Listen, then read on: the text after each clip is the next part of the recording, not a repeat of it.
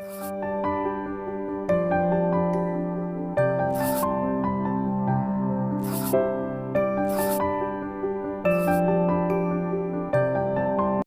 बच्चों, कैसे हो आप। Welcome back to chemistry with Indira. आज हम क्लास 11 का चैप्टर नंबर 1 जिसका नाम है रसायन विज्ञान की मूलभूत अवधारणाएं, ठीक है, उसके अंदर एक टॉपिक दिया हुआ है सार्थक अंक, सिग्निफिकेंट फिगर्स। ये बहुत महत्वपूर्ण टॉपिक है, इसमें से हर बार कोई ना कोई क्वेश्चन कंपटीशन एग्जाम में आता ही है, ठीक है। तो आपको इसके बारे में कुछ नियम है इसके, बस ये नियमों को अगर आप अच्छे से याद रखते हैं तो आपको ये जो सार्थक अंक है वो आसानी से निकालना आ जाते हैं, ठीक है। तो मैं आज इनके नियमों के बारे में डिस्कस करेंगे। हर नियम के मैं आपको दो उदाहरण से समझाऊंगी इसको। तो चलिए स्टार्ट करते हैं सार्थक अंक के बारे में।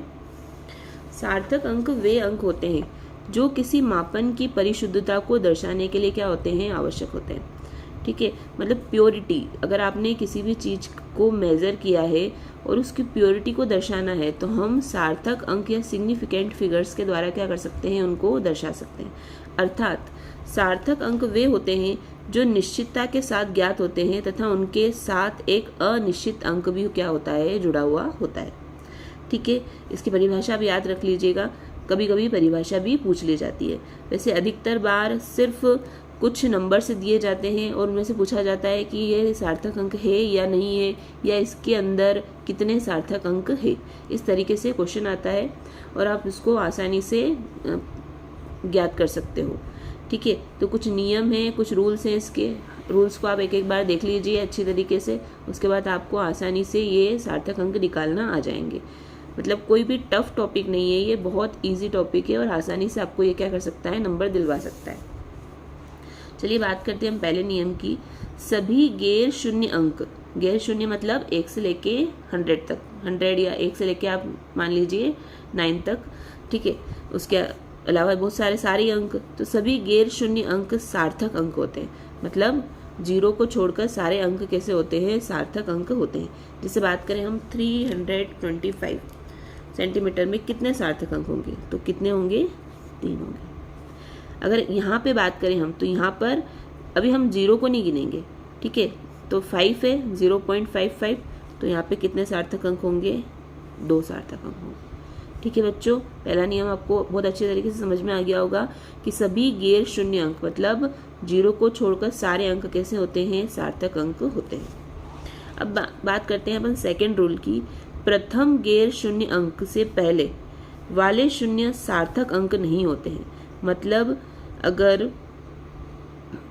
ये कौन सा है, गैर शून्य अंक है, और इसके आगे आप कितने भी जीरो लगा दो, कितने भी जीरो लगा दो, तो वो सार्थक अंक के अंदर नहीं आएंगे। मतलब अगर इसके अंदर मैं बात करूं तो इसके अंदर कितने सार्थक अंक होंगे, एक ही सार्थक अंक होगा। यहाँ पे बात करेंगे तो यहाँ पे कितने सार्थक अंक होंगे, 1, 2 और 3, यहाँ पर 3 सार्थक अंक होंगे। मतलब गैर शून्य अंक के पहले अगर कितने भी जीरो हो जाए तो वो सार्थक अंक के अंदर काउंट नहीं होंगे, ठीक है। आपको अच्छी तरीके से समझ में आ गया होगा ये भी। अब तीसरा हम पढ़ते हैं। 2 गैर शून्य अंकों के मध्य, मतलब 1 से लेके 9 तक के 2 गैर शून्य अंकों के मध्य के शून्य सार्थक अंकों में गिने जाते हैं। अगर 1 से लेके 9 तक के मध्य में आपको कोई 0 मिल जाए तो आपको फिर वो सार्थक अंक के अंदर ही आएंगे। जैसे बात करें इसकी अपन 1, 2, 3, 4, 5, यहाँ पे शून्य है लेकिन हम इसको सार्थक अंक मानना पड़ेगा, क्योंकि इधर इसके बाईं तरफ और दाईं तरफ दोनों ही तरफ क्या है, गैर शून्य अंक है, इसलिए सार्थक अंक के अंतर आएंगे 1, 2, 3, 4 और 5। यहाँ पर भी यही 1, 2, 3, 4 और 5, ठीक है। कितने सार्थक अंक है इसके अंदर, 5। अब बात करते हैं दशमलव के दाईं ओर के शून्य कैसे होते हैं, सार्थक अंक होते हैं। मतलब राइट हैंड साइड में अगर पहले दशमलव लगा हुआ है और राइट हैंड साइड में शून्य लगे हुए हैं तो वो सारे शून्य क्या होंगे, सार्थक अंक के अंदर आएंगे। जैसे इसकी बात करें 1, 2 और 3, यहाँ पर भी यही स्थिति है 1, 2, 3 और 4, ठीक है। आपको हर नियम अच्छे से ध्यान रखना है। अगर आप ये 5-6 रूल्स को अच्छे तरीके से याद रख लेते हो तो आप सार्थक अंक से रिलेटेड कोई भी क्वेश्चन को क्या कर सकते हो, सॉल्व कर सकते हो। ठीक है, अब आगे बात करते हैं। परंतु दशमलव विहीन संख्या में दाईं ओर के शून्य सार्थक नहीं होते हैं। अगर पॉइंट नहीं लगा हुआ है ना, दशमलव नहीं लगा हुआ है, पॉइंट नहीं लगा हुआ है, तो उसके आगे अगर कितने भी शून्य हो तो वो सार्थक अंक के अंदर मान्य नहीं होंगे। जैसे कुछ उदाहरण है मेरे पास में, जैसे 1000। अब इसमें कोई भी पॉइंट नहीं लगा हुआ है, दशमलव नहीं लगा हुआ है, तो यहाँ पर एक ही सार्थक अंक होगा। अब यहाँ पे देखिए आप 100 फिर पॉइंट लगा हुआ है, तो यहाँ पे 3 सार्थक अंक होंगे। जब यहाँ की बात करो तो पॉइंट के बाद में भी अभी हमने बोला है कि दशमलव के दाईं ओर के शून्य कैसे होते हैं, सार्थक होते हैं, तो ये सारे ही कैसे होंगे, सार्थक होंगे। तो 1 2 3 4 और 5। ठीक है, अभी तक के जितने भी रूल हमने पढ़े एक बार हम इसको फिर से रिवाइज कर लेते हैं।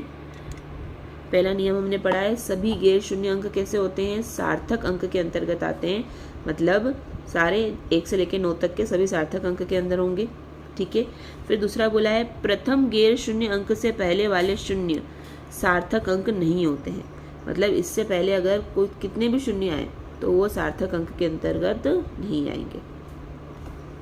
फिर दूसरा बोला है कि 2 गैर शून्य अंकों के मध्य के शून्य सार्थक अंकों में गिने जाते हैं। मतलब अगर इन दोनों के मध्य में शून्य है, गैर शून्य अंकों के, तो उस शून्य को आपको गिनना पड़ेगा। ठीक है, फिर बात करेंगे हम अगले नियम की, दशमलव के दाईं ओर के शून्य सार्थक होंगे। ठीक है, दशमलव के दाईं ओर के मतलब राइट हैंड साइड के जितने भी शून्य हैं वो कैसे होंगे, सार्थक होंगे। ठीक है, तो आप इसको सार्थक अंक के रूप में मानोगे। लेकिन हमें एक चीज़ बहुत अच्छी तरीके से ध्यान रखनी है कि अगर दशमलव विहीन है, कोई भी संख्या कैसी है, दशमलव विहीन है, तो दाईं ओर के शून्य सार्थक अंक के अंतर्गत नहीं आएंगे। मतलब अगर इसकी बात करें तो इसमें सार्थक अंक सिर्फ 1 ही होगा, इसकी बात करें तो इसमें 3 होंगे, और इसमें इसकी बात करोगे तो इसमें आपको सार्थक अंक 5 मिलेंगे। ठीक है, ये 4 नियम आपको अच्छी तरीके से समझ में आ गए। अब बात करते हैं वैज्ञानिक संकेतन। वैज्ञानिक संकेतन मतलब 10 की पावर ले लो आप, किसी की भी घात के रूप में अगर संख्याओं को दर्शाया गया है तो घातें जो भी होती है वो सार्थक अंक के अंतर्गत नहीं आती है। वैज्ञानिक संकेतन में लिखी संख्याओं में सभी अंक सार्थक होते हैं। ठीक है, मतलब आप इस घात को सार्थक अंक नहीं मानोगे, बाकी जितनी भी संख्याएं हैं वो सार्थक अंक के अंतर्गत होगी। मतलब 1 2 3 और 4, दशमलव के बाद वाला 0 भी अपने को काउंट करना है। ठीक है, और ये सारे कैसे हैं, गैर शून्य अंक है, तो ये तो सार्थक अंक होंगे ही सही। तो 1 2 3 और 4, 10 की घात 15 से मुझे कोई लेना देना ही नहीं है, ये सार्थक अंक के अंतर्गत काउंट नहीं होगी। ऐसे यहाँ पर भी 6.023, तो कितने हो गए, 4। ये कौन सी संख्या है बच्चों, आवोगाद्रो संख्या है। ठीक है, इसको आप बहुत ध्यान रखना, आवोगाद्रो संख्या नंबर। ठीक है, आगे बात करेंगे हम, अगर हम किसी भी वस्तुओं की गिनती करते हैं, ठीक है, तो उनमें सार्थक अंकों की संख्या कितनी होती है, अनंत होती है। ठीक है, किसी भी वस्तु की गिनती करते हैं तो अगर हम सार्थक अंक काउंट करें तो उसमें कोई सार्थक अंक नहीं हो सकते, उसमें सार्थक अंकों की संख्या अनंत हो सकती है। जैसे मान लिया मैंने 20 के पेन ले लिए, तो उसमें सार्थक अंक कितने होंगे, 20, तो कितने भी हो सकते हैं। ठीक है, तो मैं इसके अंतर्गत बहुत सारे शून्य लगा सकती हूँ, बहुत सारे, तो या फिर मैं इसको अनंत से भी डिफाइन कर सकती हूँ। ऐसी 80 किताबें, तो 80 लिख के और बहुत सारे 0 लगा दिए मैंने उसके पीछे, तो या फिर मैंने इसको अनंत से काउंट कर सकते हैं। ठीक है, वस्तुओं की गिनती में सार्थक अंकों की संख्या कितनी रहेगी, हमेशा अनंत रहेगी।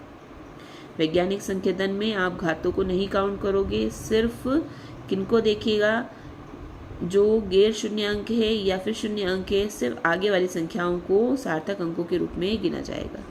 ठीक है, आशा करती हूँ आपको ये सार्थक अंक वाले जो नियम हैं, मैंने बहुत कम नियम आपको बताए हैं, इन्हीं नियम को पढ़ के आप आसानी से सार्थक अंकों को सॉल्व कर सकते हो। ठीक है, तो आप इसको अच्छे तरीके से पढ़िएगा। अगर आपको कोई भी प्रॉब्लम आती है तो आप मुझे कमेंट सेक्शन में डालकर लिख सकते हैं। चलिए, थैंक यू।